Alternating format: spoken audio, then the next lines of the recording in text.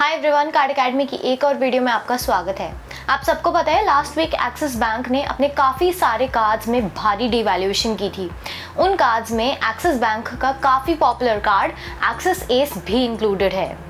आज इस वीडियो में हम एक्सिस एस कार्ड में जो मेजर चेंजेस आई हैं उसको डिटेल में डिस्कस करेंगे और ये भी बात करेंगे कि ओवरऑल डिवैल्यूएशन के बाद ये कार्ड कैसा है। So let's begin. जॉइनिंग और रिन्यूअल फी से स्टार्ट करते हैं तो यहाँ कुछ चेंज नहीं आया है। इस कार्ड की जॉइनिंग और रिन्यूअल फी 499 रुपये प्लस टैक्सेस है। ये कार्ड के इशू होने के 45 दिन के अंदर अगर आप 10,000 रुपये का खर्चा करते हैं तो आपकी जॉइनिंग फ़ी रिवर्स कर दी जाती है, और अगर आप एक साल में 2 लाख रुपये का खर्चा करते हैं तो आपकी नेक्स्ट ईयर की रिन्यूअल फ़ी वेव ऑफ कर दी जाती है। लेकिन एक बात का ध्यान दें कि रिन्यूअल फ़ी वेवर के लिए जो रिक्वायर्ड एक्सपेंस होते हैं उनमें रेंट पेमेंट्स और वॉलेट लोड्स को नहीं कंसिडर किया जाता। अब चलिए बात करते हैं इस कार्ड के लाइफस्टाइल बेनिफिट्स की।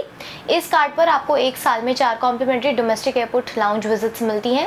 यहाँ पर एक चेंज आया है, तो 1 मई 2024 से आप तभी कॉम्प्लीमेंट्री लाउंज विजिट्स अवेल कर पाएंगे अगर आपने पिछले 3 कैलेंडर मंथ्स में कम से कम 50,000 रुपये का टोटल खर्चा किया होगा। तो इसमें ये चीज़ नोट करें कि नए कार्ड होल्डर पर ये क्राइटेरिया जिस मंथ में उसने कार्ड लिया है प्लस अगले 3 कैलेंडर मंथ्स में नहीं एप्लीकेबल होगा। फॉर एग्जाम्पल, अगर आप 10 जून 2024 को कोई कार्ड लेते हो तो जून, जुलाई, अगस्त और सितंबर में आपको स्पेंड क्राइटेरिया मीट करने की जरूरत नहीं है। आप ऐसे ही लाउंज विजिट अवेल कर सकते हो, लेकिन अक्टूबर से लास्ट 3 मंथ्स का स्पेंड चेक किया जाएगा। अब अगर हम इस कार्ड पे रिवॉर्ड स्ट्रक्चर की बात करें तो एक्सिस एस कार्ड पर आपको यूटिलिटी बिल पेमेंट्स अगर आप गूगल पे के थ्रू करते हैं तो आपको 5% कैशबैक मिलता है। यूटिलिटी बिल्स में आपके इलेक्ट्रिसिटी, वाटर, गैस, LPG और ब्रॉडबैंड के बिल्स आ जाते हैं, और साथ में DTH और मोबाइल रिचार्जेस भी इसमें इंक्लूडेड रहते हैं। इसके अलावा अगर आप इस कार्ड से स्विगी, जोमेटो और ओला पर स्पेंड करते हो तो उनमें आपको 4% कैशबैक मिलता है। ये जो 4% कैशबैक और 5% कैशबैक वाली कैटेगरी है, इनमें एक बिलिंग साइकिल में कैशबैक पर 500 रुपये का अपर लिमिट है।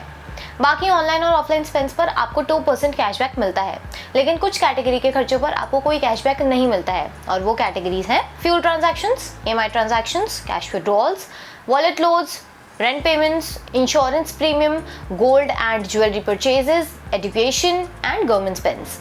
ये जो कैशबैक मिलता है उस पर कुछ अपर लिमिट नहीं होता है, लेकिन 20 अप्रैल 2024 से रिवॉर्ड स्ट्रक्चर में भी मेजर चेंजेस किए गए हैं। पहला चेंज ये कि गूगल पे ऐप को छोड़कर आप कहीं से भी यूटिलिटी बिल पेमेंट्स करते हो तो उस पर आपको कुछ कैशबैक नहीं मिलेगा, और साथ में जो गूगल पे पर यूटिलिटी स्पेंड्स और स्विगी, जोमेटो और ओला को छोड़ के जो स्पेंड्स पर 2% कैशबैक था उसको कम करके 1.5% कर दिया गया है। तो ये थे एक्सिस एस कार्ड के फीचर्स और बेनिफिट्स, और साथ में क्या चेंजेस आए हैं रिसेंटली इस कार्ड में। अब अगर हम अपने ओपिनियन की बात करें तो एक्सिस एस कार्ड में लास्ट 1 साल में काफ़ी चेंजेस आए हैं।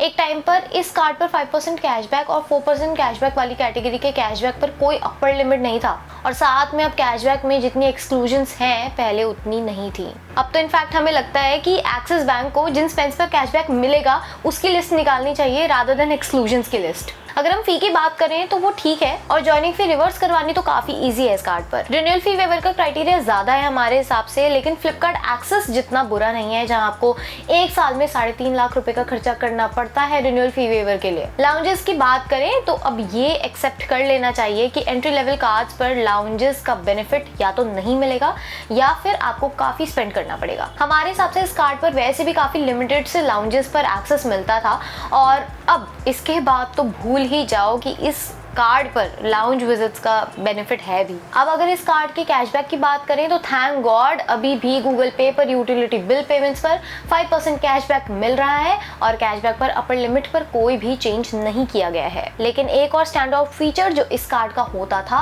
वो था कि आपको काफ़ी सारे ऑनलाइन और ऑफलाइन स्पेंड्स पर 2% कैशबैक मिलता था, लेकिन अब ये कम करके 1.5% कैशबैक कर दिया गया है। ये हमारे हिसाब से सबसे बड़ा नेगेटिव चेंज आया है। बहुत से ऑनलाइन स्पेंड्स पर तो आपको 5% कैशबैक मिल जाता है SBI कैशबैक कार्ड पर, लेकिन ऑफलाइन स्पेंड्स के लिए ये कार्ड कैशबैक कार्ड में बेस्ट था। लेकिन अब ऐसा नहीं रहा। HSBC कैशबैक कार्ड पर भी आपको 1.5% कैशबैक मिल जाता है, और साथ ही साथ HDFC टाटा न्यू इन्फिनिटी पर भी 1.5% नियो कॉइन्स मिल जाते हैं।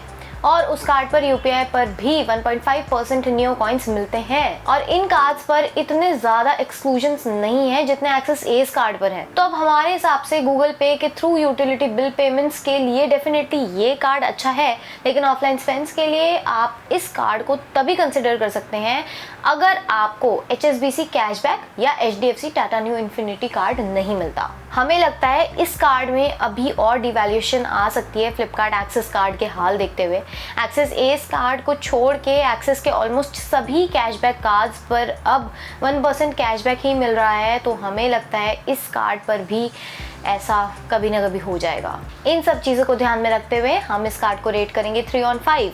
यहाँ खत्म होती है ये वीडियो। होप आपको वीडियो पसंद आई होगी। अगर वीडियो पसंद आई लाइक करें, अपने दोस्तों के साथ शेयर करें और ऐसे ही क्रेडिट कार्ड रिलेटेड वीडियोस देखने के लिए सब्सक्राइब करें कार्ड अकेडमी।